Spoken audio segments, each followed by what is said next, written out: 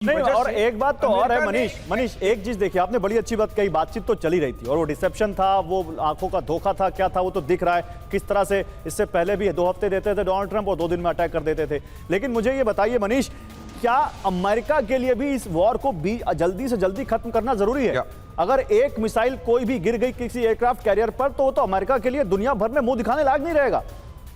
ये बात बिल्कुल सही है दोनों लिहाज से। एक तो पहली बात यह है कि देखिए, युद्ध में आप सब कुछ कंट्रोल करके नहीं रह सकते हैं। जैसा सुपर पावर भी यूक्रेन ने उसके कई वॉरशिप को डुबो दिया था, तो अमेरिका नहीं चाहेगा कि इस तरह की कोई भी फजीयत अमेरिका के साथ हो, पहली बात। दूसरी बात, वैसे भी जो ट्रंप के मागा सपोर्टर्स हैं वो किसी भी लंबे समय के वॉर के लिए तैयार नहीं है, तो वो चाहेंगे कि जल्दी से जल्दी इसको रैप अप किया जाए। लेकिन खैर, अमेरिका और इजराइल के पक्ष में एक एडवांटेज है, वो ये है कि युद्ध के पहले ही दिन उन्होंने सबसे बड़ा विकेट गिरा दिया है कि सुप्रीम लीडर मारे गए। अब अगर मान लीजिए कि एक टारगेट पूरा अचीव नहीं भी होता है पूरा रिजीम चेंज का, तो वो बात के लिए भी छोड़ा जा सकता है। आज भी अगर चाहे तो ट्रंप यहां से कह सकते हैं कि हमने उसको खत्म कर दिया है। ये आपने बड़ी बात कही है कि उनके पास अब अपने आप को विनर बताने के लिए एक अचीवमेंट है जो उनके लिए, उनके हिसाब से। और अब ईरान का बहुत बड़ा लॉस है, इसको हम इस फैक्ट को नकार नहीं सकते। लेकिन फिर उसके बाद जब ईरान को अब शांत कैसे किया जाए, इस बीच देखिए एक बड़ी खबर आ रही है, इराक के इरबिल में ईरान ने हमला कर दिया है। इराक पर भी अब हमला हुआ है, इराक के इरबिल में। वहां भी यूएस का एक सैन्य बेस है जिस पर यह धमाका हुआ है।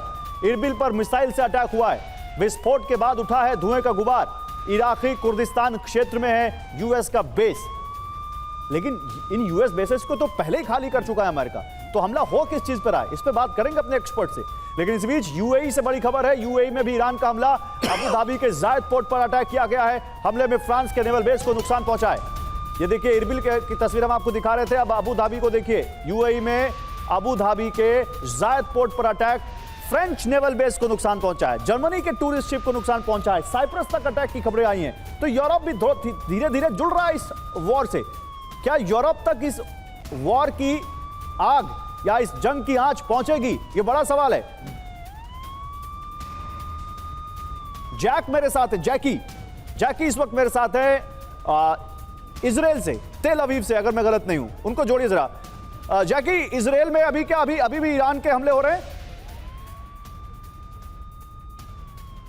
जैकी नहीं, जैक है हमारे साथ। अच्छा चलिए, सुबह एक जैकी भी थे हमारे साथ। जैक, आप इजराइल में कहां से जुड़ रहे हैं हमारे साथ सर?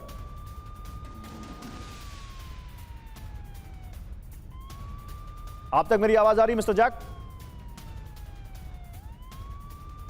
लगता है उन तक आवाज नहीं आ रही, प्लीज उनको जोड़िए हमारे साथ। फिलहाल इस बीच मैं जाऊंगा जनरल कुलकर्णी के पास। जनरल कुलकर्णी, जो बात मैं अभी मनीष से पूछ रहा था, अमेरिका कितनी जल्दी चाहेगा इस वॉर को खत्म करना और क्यों चाहेगा? अगले 72 घंटे के अंदर अमेरिका को यह युद्ध समाप्त करना पड़ेगा। शुरुआत में ही ट्रंप ने 4 दिन कहा और आज मुझे लगता है उन्होंने 7 दिन कहा है, लेकिन वो 4 दिन में ख़त्म करना चाहेंगे क्योंकि वो खुद भी जानते हैं कि अमेरिका प्रेशर में आ जाएगा और ज़्यादा अगर इस तरह, क्योंकि अब ईरान जो है मरता क्या ना करता, अब उसको ही नहीं, जहाँ जिसको बस चल रहा है वो वहाँ पे मिसाइल डाली जा रहा है। और अरबी और फारसी में दोनों में फ़र्क है। फारसी जो हैं उनको अरबी से कोई प्यार नहीं है, और अगर ये सोचते हैं हम ये सब इकट्ठे हैं, ये इकट्ठे नहीं हैं, ये एक दूसरे से लड़ते रहेंगे और इसी तरह मरेंगे। तो ये बहुत ज़रूरी है कि अमेरिका इस युद्ध को जल्दी से जल्दी समाप्त करेगा।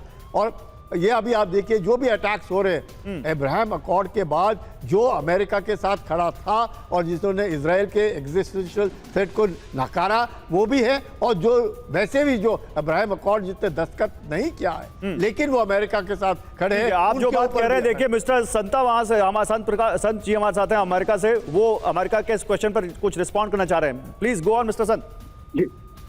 देखिए, आप जानते हैं कि अमेरिका में भी मिड टर्म इलेक्शन होने वाला है नवंबर में। और मेगा के जो भी लोग हैं या जो डोनाल्ड ट्रंप के सपोर्टर हैं वो बिल्कुल नहीं चाहते हैं कि ये युद्ध लंबा हो।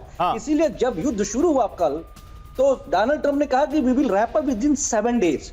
और एक और बात बताना चाहता हूं जो बड़े मजे की है, आप ये सोचे आज अगर ईरान के पास न्यूक्लियर बम होता तो क्या होता। तो शुरू से 40 साल से यही अमेरिका कह रहा था कि Iran can not have nuclear power. आप इस बात को उन लोगों ने समझा नहीं। थानेदार बदल चुका है, यूएस का प्रेसिडेंट बदल चुका है, 40 साल से हम निगोशिएट कर रहे हैं और आप वही आप इधर धमकी दे रहे हो कि हम ये उड़ा देंगे वो उड़ा देंगे। अल्टीमेटली क्या हुआ? आप ईरान खात्मे के ऊपर है।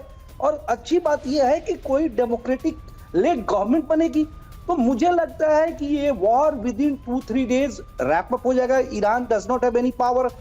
जहां रह गई आप बात करें रशिया की, Russia is already fighting a war with Ukraine. मुझे पता नहीं क्यों वो पल याद आ रहा है जब यही बात हम यूक्रेन और रशिया के लिए बात कर रहे थे और कहा जा रहा था कि एक हफ्ते में ये वॉर खत्म होगी। मैं नहीं कंपेयर कर रहा उसको, लेकिन यही सेम बात कही जा रही थी एक्सपर्ट्स की तरफ से, और आज 4 साल हो गए वो वॉर चल रही है सर। 4 साल, हम 5वें साल में प्रवेश कर गए उस वॉर में। बिल्कुल, मैं आ रहा हूं सर। अहमद सर, मुझे मालूम है आप इस पर कुछ कहना चाह रहे हैं, लेकिन हमारे साथ एक सीनियर टीचर शारजहां से जुड़ रहे हैं, विष्णुदेव शर्मा जी। शर्मा जी, आप तक मेरी आवाज आ रही है? ठीक है, ठीक है। शर्मा जी, आप तक मेरी आवाज आ रही है? सुन पा रहे हैं आप मुझे? विष्णुदेव शर्मा जी, आपको मेरी आवाज आ रही है? हेलो जी जी, हम सुन सकते हैं आपको। आप लाइव हैं इस वक्त टीवी 9 भारतवर्ष पर। पूरा भारत और भारत के बाहर टीवी 9 के जितने भी दर्शक हैं आपको देख रहे हैं। पहले तो आप बताइए, साउंड एंड सेफ हैं आप? शारजाह में इस वक्त क्या हालात हैं?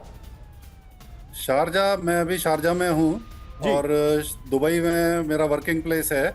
लेकिन अभी जो यहाँ पे सिचुएशन है, ये तो सबको मालूम है कि अटैक है, तो ह्यूमन साइकोलॉजी ये तो नहीं कह सकते कि हम बिल्कुल सेफ एंड साउंड फील कर रहे हैं, लेकिन कोई प्रॉब्लम यहाँ पर ऐसी नहीं है। अगर हम रेजिडेंशियल एरियाज में जाएं तो सब कुछ नॉर्मल लगता है। यहाँ पर टाइम टाइम पर थोड़े से आवाज आती है, धमाकों की आवाज भी आ रही है और कुछ न्यूज भी आती हैं, लेकिन डर वाली ऐसी कोई बात नहीं है, क्योंकि हमें यहाँ की जो गवर्नमेंट है उनका जो अरेंजमेंट है, जो उन्होंने किया हुआ है, वो सब बहुत अच्छा है। और लगातार उनकी एडवाइजरीज आ रही हैं जिसमें वो बताते जा रहे हैं कि हमको क्या करना है, किस सिचुएशन में क्या स्टेप लेना है, अपने आप को सेफ कैसे रखना है। एम्बेसी से, इंडियन एम्बेसी से भी लगातार हमारे को इन्फॉर्मेशन एडवाइजरीज मिल रही है और प्रिकॉशनरी। नहीं, मैं समझ गया, आप कह रहे हैं कि वहां पर, मतलब मैं तो कहूंगा डर ही है। अगर आप लोगों को अथॉरिटीज कह रही हैं घर में रहिए, देखते रहिए अलर्ट्स, लेकिन फिर भी डर होना भी चाहिए। डर से आदमी अलर्ट रहता है।